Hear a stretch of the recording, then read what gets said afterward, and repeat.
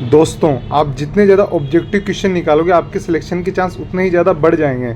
आज अपन देखेंगे general agriculture से बनने वाले बहुत ही महत्वपूर्ण क्वेश्चनों के बारे में, जो या तो किसी न किसी एग्जाम में पूछे गए या फिर जिनके पूछे जाने की बहुत ज़्यादा संभावना है। तो आप इस वीडियो को एंड तक जरूर देखना। आज का अपना पहला क्वेश्चन देखते हैं। एग्रीकल्चर शब्द की उत्पत्ति किस भाषा से हुई है? लैटिन, ग्रीक, फारसी या अरबी? तो जो एग्रीकल्चर जो शब्द है उसकी जो उत्पत्ति है वो कौन सी भाषा से हुई? तो लैटिन भाषा से। एक नंबर ऑप्शन इसका से हो जाएगा। और कौन कौन से शब्दों से हुई? तो एगर और कल्चर से। एगर और कल्चर। दोस्तों, जिन भी शब्दों के पीछे कल्चर लगा होता है वो कौन सी भाषा के होते हैं? लैटिन भाषा के होते हैं। और जिन भी शब्दों के पीछे लॉजी लगा होता है वो कौन सी भाषा के होते हैं? ग्रीक भाषा के होते हैं। लेकिन कुछ अलग शब्द भी है, जैसे मानसून। जो मानसून जो शब्द है वो कौन सी भाषा का है? अरबी भाषा का है। मानसून जो शब्द है वो कौन सी भाषा का है? अरबी भाषा का। और जो सोइल साइंस शब्द होता है, मृदा विज्ञान, वो लैटिन भाषा का शब्द है। इनको भी आप अच्छे से ध्यान रखना है। नेक्स्ट क्वेश्चन देखते हैं। एग्रोनॉमी शब्द का निर्माण किन दो शब्दों से मिलकर हुआ है? दोस्तों, सबसे पहले देखते हैं अपन एग्रोनॉमी जो शब्द है वो कौन सी भाषा का है? तो ये कौन सी भाषा का है? ग्रीक भाषा का है। कौन सी भाषा का है? ग्रीक भाषा का शब्द है एग्रोनॉमी। और ये किन किन शब्दों से मिलकर बना होता है? तो एग्रोस और नोमस। तो 3 नंबर ऑप्शन इसका से हो जाएगा। एग्रोस और नोमस शब्दों से मिलकर ये बनता है एग्रोनॉमी। उसके बाद जो पोमोलॉजी शब्द होता है वो कौन सी भाषा का होता है? लैटिन और ग्रीक दोनों भाषा का होता है ना। जो पोमोलॉजी शब्द है वो लैटिन प्लस ग्रीक भाषा का है। और उसमें अब काय का अध्ययन करते हैं तो अपन फलों का अध्ययन करते हैं पोमोलॉजी में। और ओलेरीकल्चर में काय का अध्ययन करते हैं? सब्जियों का अध्ययन करते हैं। और फ्लोरीकल्चर में फूलों का अध्ययन किया जाता है। नेक्स्ट क्वेश्चन देखते हैं। सस्य विज्ञान के पितामह कौन कहलाते हैं? सस्य विज्ञान के जो पितामह है वो कौन कहलाते हैं? तो पीटर डेक्रेसेंजी कहलाते हैं ना। पीटर डेक्रेसेंजी जो है उनको अपन सस्य विज्ञान यानी कि फादर ऑफ एग्रोनॉमी कहते हैं। उसके बाद अपन वीवी डोक्यूचेव के बारे में देखें तो ये फादर ऑफ पेडोलॉजी है। ये कौन है?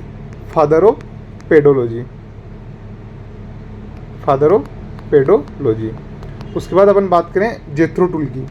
जो जेथ्रो टूल है वो फादर ऑफ टिलेज है। जेथ्रो टूल को क्या कहते हैं अपन? फादर ऑफ टिलेज जो है वो जेथ्रो टूल को कहते हैं। उसके बाद ट्रिपलेट जो है वो father of zero tillage. JB Triplett जो है वो कौन है? फादर ऑफ जीरो टिलेज जो है वो जेबी ट्रिपलेट को कहते हैं। उसके बाद और भी देखें अपन तो फादर ऑफ गोल्डन रिवॉल्यूशन की यानी कि जो सुनहरी क्रांति है उसके फादर कौन है? केएल चड्डा है। और फादर ऑफ ऑर्गेनिक फार्मिंग कौन है? तो Albert Howard. Father of golden revolution यानी कि सुनहरी क्रांति के फादर कौन है? तो केएल चड्डा। और फादर ऑफ ऑर्गेनिक फार्मिंग कौन है? Albert Howard. ये भी आप अच्छे से ध्यान रखना। दोस्तों, मैं जो क्वेश्चन के साथ में आपको एक्स्ट्रा चीज़ें बता रहा हूँ ये भी काफ़ी इंपॉर्टेंट है और एग्जाम में पूछी गई है, इसलिए आप इनको भी अच्छे से ध्यान रखें। नेक्स्ट क्वेश्चन है।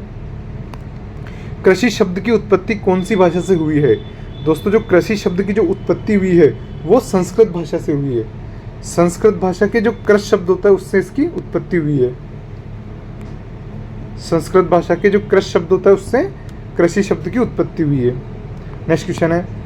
भारत में कृषि का इतिहास नामक पुस्तक किसने लिखी? भारत में कृषि का इतिहास नामक पुस्तक जो है वो एमएस रंधावा ने लिखी है। 1 नंबर ऑप्शन इसका सही हो जाएगा। नेक्स्ट क्वेश्चन देख। दोस्तों, इस क्वेश्चन को कई बार पूछा हुआ है इसलिए आप इसको अच्छे से ध्यान रखें।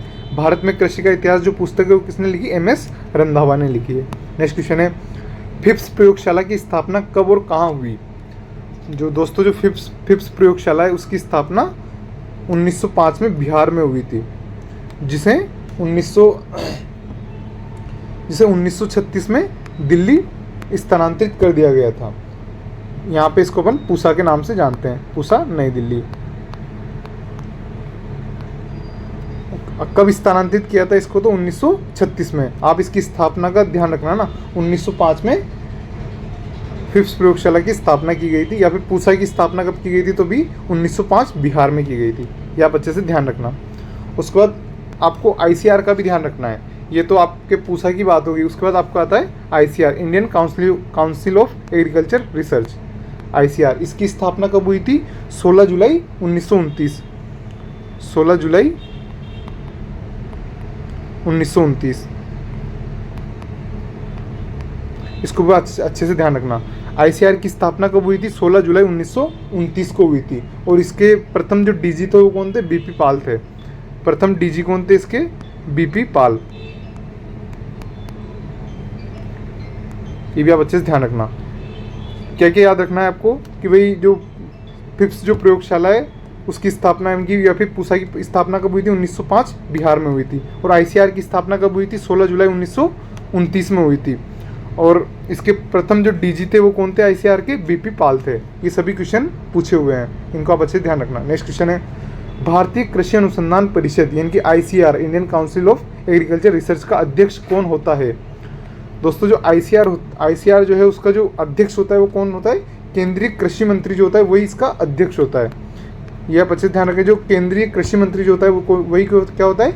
आईसीआर का अध्यक्ष होता है। नेक्स्ट क्वेश्चन है, भारत में प्रथम कृषि विज्ञान केंद्र यानी कि केवीके की स्थापना कब व कहाँ हुई? तो जो भारत में पूछा आपको, तो भारत में प्रथम कृषि विज्ञान केंद्र जो है वो पांडिचेरी में खोला गया था 1974 यानी कि 1974 में इसको खोला था। दोस्तों कई बार रिपीट हो रखा क्वेश्चन है तो आप इसको अच्छे से ध्यान रखना। पहला जो कृषि विज्ञान केंद्र भारत में कब खोला गया था? पांडिचेरी में 1974 में खोला गया था। वहीं पे आपको पूछ ले कि राजस्थान में पहला केवीके कब खोला गया था? तो जो राजस्थान में जो प्रथम केवीके है वो फतेहपुर में 1976 में खोला गया था। ये भी आप अच्छे ध्यान रखें। नेक्स्ट क्वेश्चन है, स्वामी केशवानंद कृषि विश्वविद्यालय की स्थापना बीकानेर में कब हुई थी? दोस्तों कुछ जो बड़ी यूनिवर्सिटियाँ हैं उनका आपको ध्यान रखना है, बाकी और का ध्यान नहीं रखना है। तो जो स्वामी केशवानंद कृषि विश्वविद्यालय उसकी स्थापना कब हुई थी? तो इसका सही आंसर क्या हो जाएगा? 2 नंबर ऑप्शन 1987 में स्वामी केशवानंद कृषि विश्वविद्यालय की स्थापना हुई थी। वहीं पे आपको एमपीयूटी की भी ध्यान रखना ना, एमपीयूटी जो उदयपुर वाला कॉलेज है अपना, उदयपुर की जो यूनिवर्सिटी है उसकी स्थापना कब हुई थी? 1999 में, 1999 में इसकी स्थापना हुई थी। एमपीयूटी इनकी Maharana Pratap university of agriculture and technologies की जो उदयपुर में स्थापना कब हुई थी? 1999 यानी कि 1999 में इसकी स्थापना हुई थी। नेक्स्ट क्वेश्चन देखते हैं, राजस्थान में कुल कितने कृषि विश्वविद्यालय हैं? ये क्वेश्चन आपके जेट 2016 में भी पूछा हुआ है, तो आप इसको अच्छे से ध्यान रखें। राजस्थान में कुल कितने कृषि विश्वविद्यालय यानी कि एग्रीकल्चर यूनिवर्सिटी का पूछ रहा है ना, तो कितनी एग्रीकल्चर यूनिवर्सिटियाँ अपने राजस्थान में? 5 एग्रीकल्चर यूनिवर्सिटी है। इनमें अब आपको पाँचों के नाम याद होने चाहिए, जैसे कि सबसे पहले कौन सी आती है? Agriculture university Jodhpur, agriculture university Jodhpur वाली है एक। तो उसके बाद है एक AU Kota, agriculture university Kota.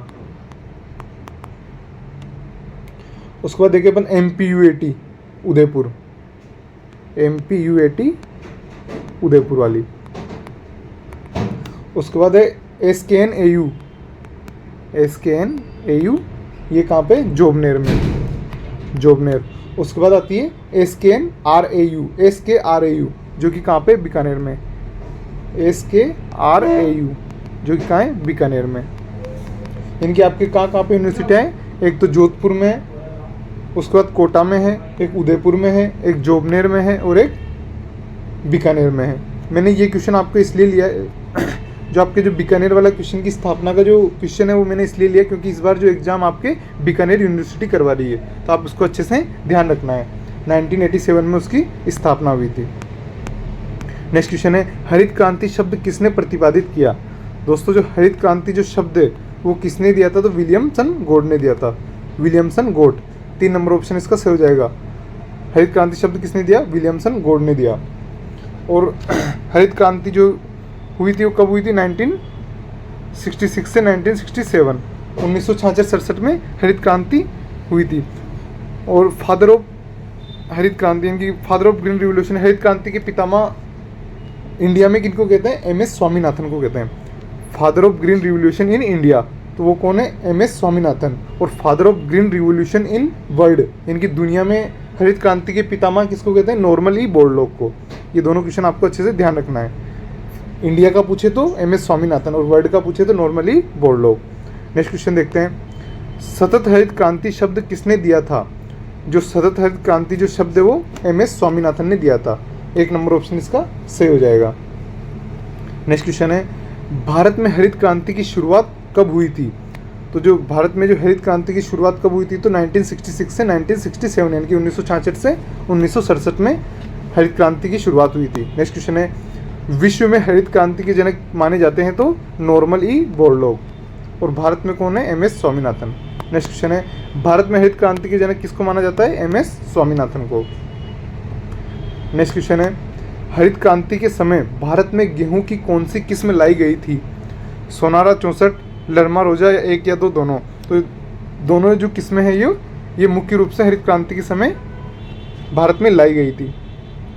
और दोस्तों ये जो लरमा रोजा ऐसी किस्म है जिससे अपन रोटी बना के खाते हैं तो उसके बाद बहुत खतरनाक नींद आती है, इसीलिए एक कहावत भी बनी थी, लरमा रोजा खा के सो जा, एक कहावत बन गई थी ऐसे, क्योंकि इन गेहूं को खा के बहुत नींद आती थी। नेक्स्ट क्वेश्चन देखते हैं, प्रथम ट्रांसजेनिक फसल कौन सी है? तो जो प्रथम जो ट्रांसजेनिक फसल है वो कौन सी है? तंबाकू। पहली ट्रांसजेनिक फसल कौन सी है? तंबाकू है। उसके बाद जो सर्वाधिक जो ट्रांसजेनिक फसलें वो कहाँ पे उगाई जाती है? अमेरिका में उगाई जाती है। ये भी आप अच्छे से ध्यान रखें, सर्वाधिक ट्रांसजेनिक फसलें कहाँ उगाई जाती है? अमेरिका में उगाई जाती है।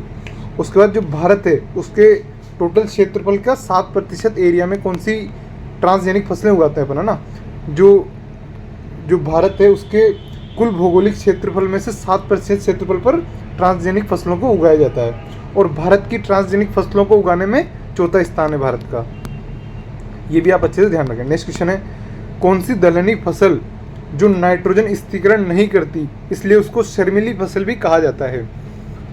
दोस्तों आपसे जेट में पूछा हुआ क्वेश्चन है कि कौन सी फसल नाइट्रोजन स्थिरीकरण नहीं करती, तो राजमा, इसीलिए इसको क्या कहते हैं अपन? शर्मीली फसल भी कहा जाता है इसको, इसलिए इसको क्या कहा जाता है? शर्मीली फसल भी कहा जाता है। अब राजमा दलहनी फसल होते हुए भी नाइट्रोजन स्थिरीकरण नहीं करती है, इसीलिए इसमें नाइट्रोजन की अपन को अलग से इसमें नाइट्रोजन डालना पड़ता है। तो कितना डालना पड़ता है? 100 से 120 किलोग्राम पर हेक्टेयर, 100 से 120 किलोग्राम पर हेक्टेयर इसमें नाइट्रोजन डालना पड़ता है। इसी का नाइट्रोजन पूछते हैं क्योंकि इसमें नाइट्रोजन स्थिरीकरण नहीं करती है फसल। नेक्स्ट क्वेश्चन है, सर्वाधिक ट्रांसजेनिक फसलों की खेती कहाँ पर होती है? तो अमेरिका में। सर्वाधिक जो ट्रांसजेनिक फसलें हैं वो कहाँ पे उगाई जाती है? अमेरिका में। दोस्तों अगर आपको क्वेश्चन अच्छे लग रहे हो तो इस वीडियो को लाइक करें और अपने दोस्तों के साथ शेयर जरूर करें। और अगर आपने हमारे चैनल को सब्सक्राइब नहीं किया है तो इसे सब्सक्राइब कर लें, क्योंकि अब आपको हमारे चैनल पर सभी तीनों सब्जेक्ट की क्लासें मिलेगी, एग्रीकल्चर की भी, बायो की भी और केमिस्ट्री की भी। और बिल्कुल सिलेक्टेड क्वेश्चनों से हम पूरे सिलेबस को कवर करेंगे, इसलिए आप इस चैनल को सब्सक्राइब कर लें और बेल आइकन जरूर दबा लें। नेक्स्ट क्वेश्चन है, न्यूनतम समर्थन मूल्य की घोषणा कितनी फसलों पर की जाती है? 15, 24, 60 या 40? तो इसका सही आंसर क्या हो जाएगा? 2 नंबर ऑप्शन, 24 फसलों पर। जो न्यूनतम समर्थन मूल्य होता है उसकी घोषणा कितनी फसलों पर की जाती है? 24 फसलों पर की जाती है। उसके बाद आपको और भी चीज़ें ध्यान रखनी है, जैसे इसकी घोषणा कौन करता है? तो CACP इसकी घोषणा करता है। इसकी फुल फॉर्म होती है commission on agriculture cost and price, commission on agriculture cost and price इसकी फुल फॉर्म होती है। और न्यूनतम समर्थन मूल्य जो होता है वो वर्ष में 2 बार जारी किया जाता है। वर्ष में कितनी बार ये न्यूनतम समर्थन मूल्य की कितनी बार वर्ष में घोषणा होती है? तो 2 बार होती है। उसके बाद कितनी फसलों पर किया जाता है? तो 24 फसलों पर किया जाता है और फसल की बुआई से पहले इसकी घोषणा कर दी जाती है। अनाजों में कौन से एमिनो अम्ल की कमी पाई जाती है? तो दोस्तों जो अनाज होते हैं, जो भी अनाज होते हैं उनमें लाइसिन एमिनो अम्ल की कमी पाई जाती है और जो दलहनें होती हैं उनमें मिथ्योनिन की कमी पाई जाती है। दलहनी फसलों में कौन से एमिनो अम्ल की कमी पाई जाती है? तो मिथ्योनिन की। इन दोनों क्वेश्चनों को आप अच्छे से ध्यान रखना, क्योंकि कई बार रिपीट हो रखे हैं कि जो अनाज वाली फसलें उनमें तो लाइसिन की कमी पाई जाती है और जो दलहनी फसलें उनमें मिथ्योनिन की कमी पाई जाती है। इनको कई बार एग्जाम में पूछा हुआ है, तो आप अच्छे से ध्यान रखें। नेक्स्ट क्वेश्चन है, बोर्डो मिश्रण की खोज किसने की थी? दोस्तों जो बोर्डो मिश्रण है वो डाउनी मिल्ड्यू ग्रेप्स में जो डाउनी मिल्ड्यू उसको कंट्रोल के लिए बनाया गया था। और किसने बनाया था इसको? PME मिलार्डेट ने बनाया था। बोर्डो मिश्रण की खोज किसने की थी? तो PME मिलार्डेट ने की थी। उसके बाद आपको एक और चीज़ ध्यान रखना है इसमें कि इसमें एक copper sulphate, lime, copper sulphate, चूना और पानी, इनको एक रेशियो में मिलाते हैं। क्या क्या लेते हैं काम में अपन? कॉपर सल्फेट, चूना और पानी। इनका रेशियो ध्यान रखना, इनका जो रेशियो रखते हैं वो 5:5:50। दोस्तों इस रेशियो को पूछा हुआ है एग्जाम में, इसलिए इसको आपको ध्यान रखना है। कॉपर सल्फेट, चूना और पानी, इन तीनों को अपन किस रेशियो में मिलाते हैं? 5:5:50 में मिलाते हैं। और इसकी खोज किसने की थी? तो पीएमई मिलार्डेट ने की थी। नेक्स्ट क्वेश्चन है, किस खरपतवार में तीनों प्रकार की सुसुप्तावस्था पाई जाती है? प्याजी, जंगली जई, हिरणखुरी या फिर जंगली गाजर घास।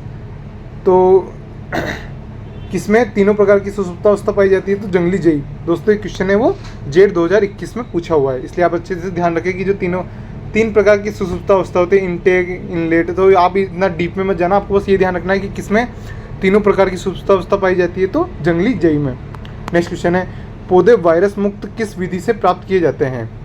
तो जो वायरस मुक्त जो पौधे हैं वो कौन सी विधि से प्राप्त करते हैं? अपन मेरिस्टेम कल्चर विधि से अपन प्राप्त करते हैं। जो टिप पोर्शन होता है वहाँ पे वायरस का अटैक नहीं रहता है, तो वहाँ से अपन कोई सा भी पार्ट लेके उस पौधे का टिप पोर्शन मेरिस्टेम में से उसको टिश्यू कल्चर में कल्चर करते हैं, ताकि उससे जो पौधा तैयार होता है वो वायरस फ्री होता है। इसका सही आंसर क्या हो जाएगा? 2 नंबर ऑप्शन, मेरिस्टेम कल्चर। सूखे के दौरान ज्वार में धुरीन का संश्लेषण कहाँ पर होता है? दोस्तों जब सूखा पड़ता है तो पौधे में धुरीन का, ज्वार का पौधा है उसमें धुरीन का संश्लेषण होता है। ये कहाँ पे होता है? तो जड़ों में होता है। संश्लेषण पूछे तो कहाँ पे होता है? जड़ों में। और अगर आपसे पूछे कि कहाँ पे इकट्ठा होता है तो पत्तियों में। दोनों क्वेश्चन में आप कंफ्यूज मत होना। आपसे पूछे कि धुरीन का संश्लेषण कहाँ पे होता है? तो जड़ों में। और इकट्ठा कहाँ पे होता है? तो पत्तियों में।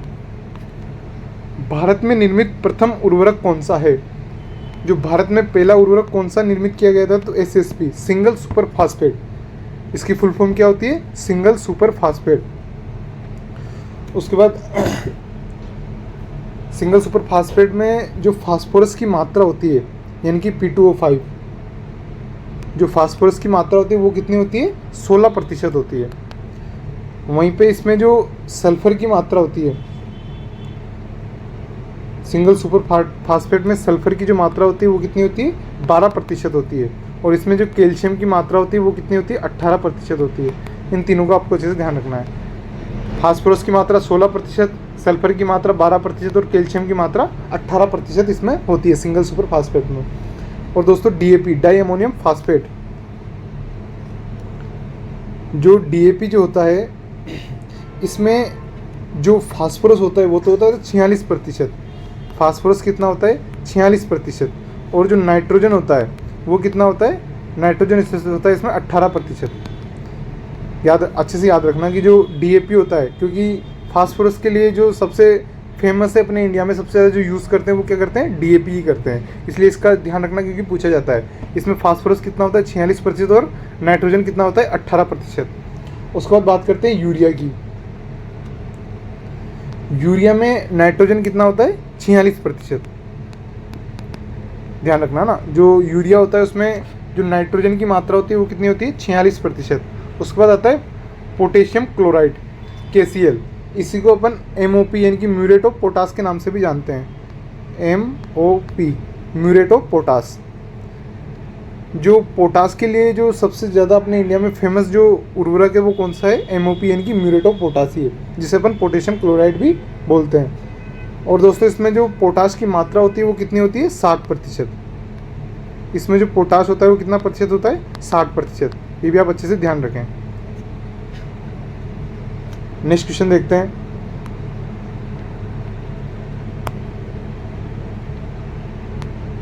गोबर की खाद से अमोनिया का नुकसान रोकने के लिए किसका प्रयोग करते हैं? जिप्सम का प्रयोग किया जाता है ना। इसका सही आंसर हो जाएगा 1 number option, gypsum. Next question है, अनाजों के भंडारण के लिए नमी होती है। जो अनाज होते हैं उनके भंडारण के लिए जो नमी कितनी होनी चाहिए? तो 10 से 12%। इससे अधिक नहीं होनी चाहिए, नहीं तो उसमें क्या होते हैं? कीड़े पड़ जाते हैं, फिर वो इंसेक्ट का अटैक हो जाता है। आपको अनाजों का पूछे तब तो आपको क्या बताना है? 10 से 12%।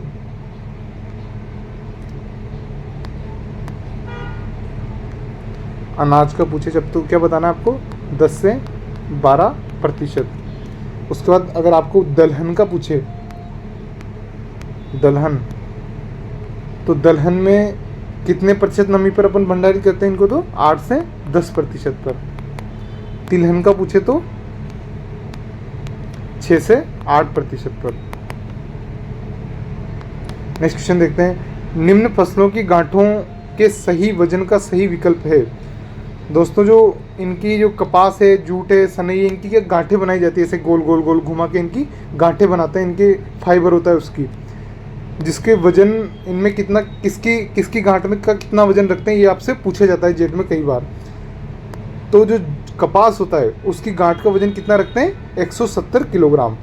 और जो जूट होता है उसकी गांठ का वजन कितना रखते हैं? 180 किलोग्राम। और सनई होता है उसका जो वजन कितना रखते हैं? 181 kilogram.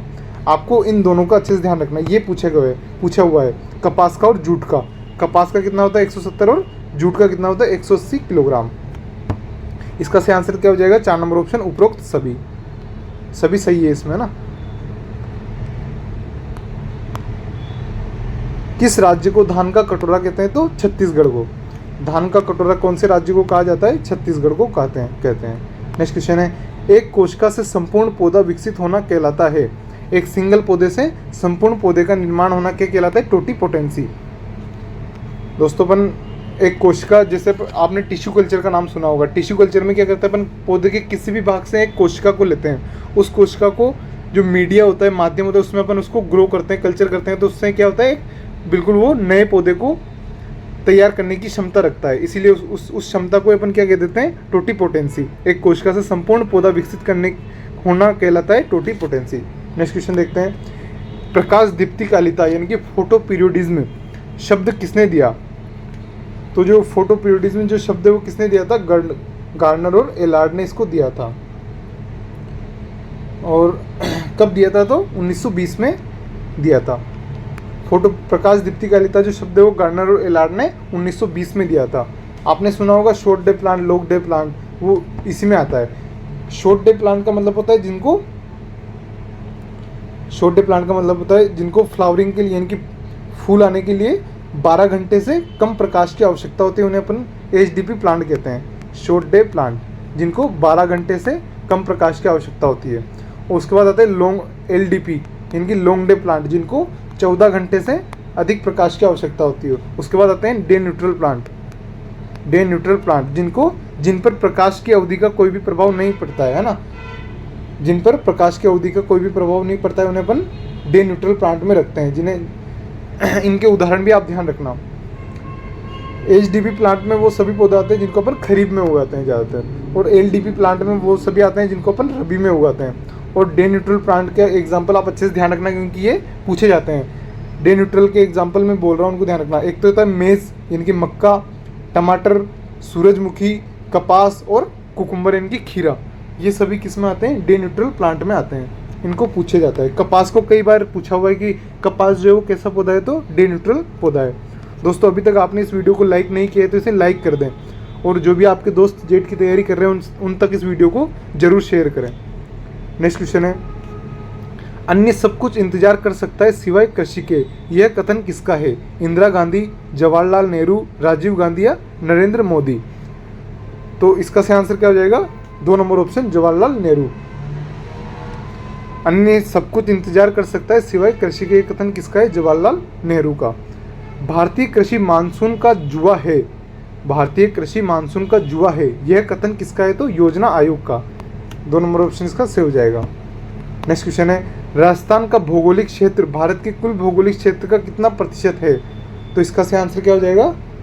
2 number option, 10.4%। Next question है, तेल व रेशे के लिए मुख्यतः उगाते हैं।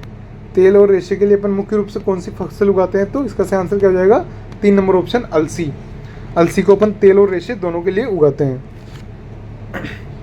नेक्स्ट क्वेश्चन है, कृषि मौसम विज्ञान का जनक किसे कहा जाता है? कृषि मौसम विज्ञान का जनक किसे माना जाता है? तो इसका सही आंसर क्या हो जाएगा? LA रामदास। 1 नंबर ऑप्शन इसका सही हो जाएगा। कृषि मौसम विज्ञान का जनक किसे कहते हैं? LA रामदास को कहते हैं। नेक्स्ट क्वेश्चन है, किसी विस्तृत क्षेत्र की दीर्घकालीन 31 वर्षों की घटनाओं के समय को कहते हैं। तो जो लंबे टाइम तक 31 वर्षों की घटनाओं को अपन ध्यान में रखते हुए वहाँ की जलवायु डिसाइड की जाती है। एक नंबर ऑप्शन इसका सही हो जाएगा। और ऐसे जो छोटे काल के लिए रहते हैं उन्हें अपन मौसम कहते हैं। किसी स्थान की अल्पकालीन वायुमंडलीय दशाओं को क्या कहते हैं? मौसम कहते हैं। 3 नंबर ऑप्शन इसका सही हो जाएगा। दोस्तों जैसे अपन आज बहुत ज़्यादा गर्मी पड़ रही है तो अपन क्या कहते हैं? आज का मौसम बहुत गर्म है। अपन ऐसे थोड़ी कहते हैं कि आज की जलवायु बहुत गर्म है, यानी कि मौसम दिन प्रतिदिन बदलता रहता है ना। ऐसे जैसे आज गर्म है तो गर्म मौसम है, ठंडा मौसम है, ऐसे अपन कहते हैं, न कि जलवायु गर्म है, ऐसे नहीं कहते अपन, है ना। ये जो जलवायु होती है वो लंबे टाइम की जो वायुमंडलीय घटनाएं उनको ध्यान में रखते हुए निर्धारित की जाती है। नेक्स्ट क्वेश्चन है दोस्तों, ये थे अपने आज के बहुत ही महत्वपूर्ण प्रश्न जो कि आपके एग्जाम की दृष्टि से काफ़ी इंपॉर्टेंट है। इसी प्रकार से आपको डेली एक क्लास 40 क्वेश्चनों की एक क्लास मिलेगी जो कि आपके एग्जाम में ये क्वेश्चन आपको एज इट इज़ देखने को मिलेंगे। तो आप अगर आपको क्वेश्चन अच्छे लगे हो, वीडियो अच्छी लगी हो, तो इसे लाइक करो, अपने दोस्तों के साथ शेयर करो, जरूर करें। थैंक यू दोस्तों।